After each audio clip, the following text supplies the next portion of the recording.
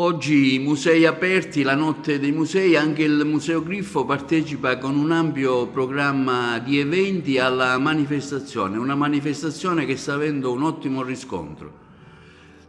Sì, appunto il Parco Archeologico della Valle dei Templi onora meglio la Notte dei Musei 2022 con queste serate al Museo Griffo, con un programma sicuramente molto articolato.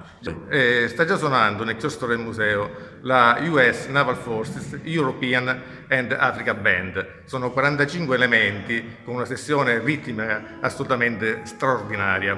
Poi seguiranno le visite didattiche a cura di Coppie Culture alle 8.30, alle 9.30 e poi alle 9 alle 10 in Sala Zeus Gaetano Ronica leggerà due passi del libro di Alessandro Baricco, Omero Eliade.